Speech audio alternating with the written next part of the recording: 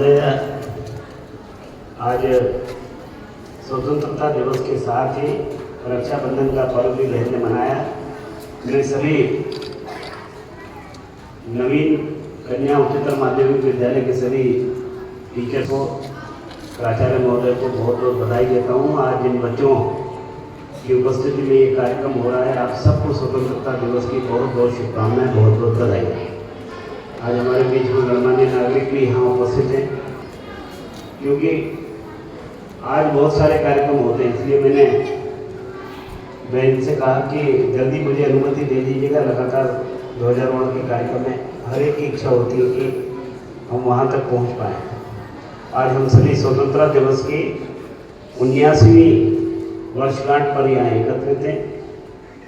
200 साल जो देश गुलाम रहा हो अंग्रेजों का, अपनी संस्कृति को बचा करके, अपने मूल्यों को बचा करके जो देश आगे बढ़ रहा हो, आज हम 79 साल में 78 वर्ष पूरे हो गए।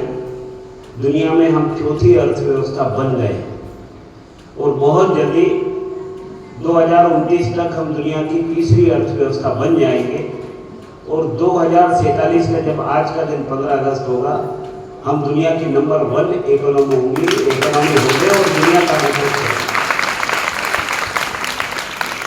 ये रिसर्चर के लिए, शोधकर्ताओं के लिए बड़ा विषय होगा कि जो देश 200 साल गुलाम रहा, जिसकी संस्कृति को, जिसके मूल्यों को नष्ट करने का प्रयास हर तरफ से हुआ हो, पहले चाहे हुन हो चाहे मुगल हो, जिन्होंने इस देश में राज किया, लेकिन इस देश की संस्कृति को कभी नष्ट नहीं कर सके, प्रयास बहुत किया।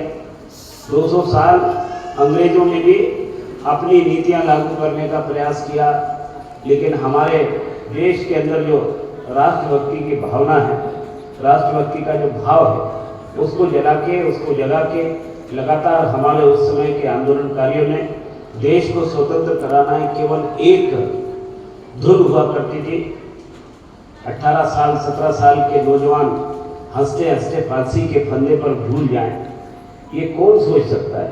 आज का युवा 18-19 साल में तो ठीक से वो कैसे मैं बेहतर दिखूं, हैंडसम दिखूं, केवल इसका प्रयास होता है।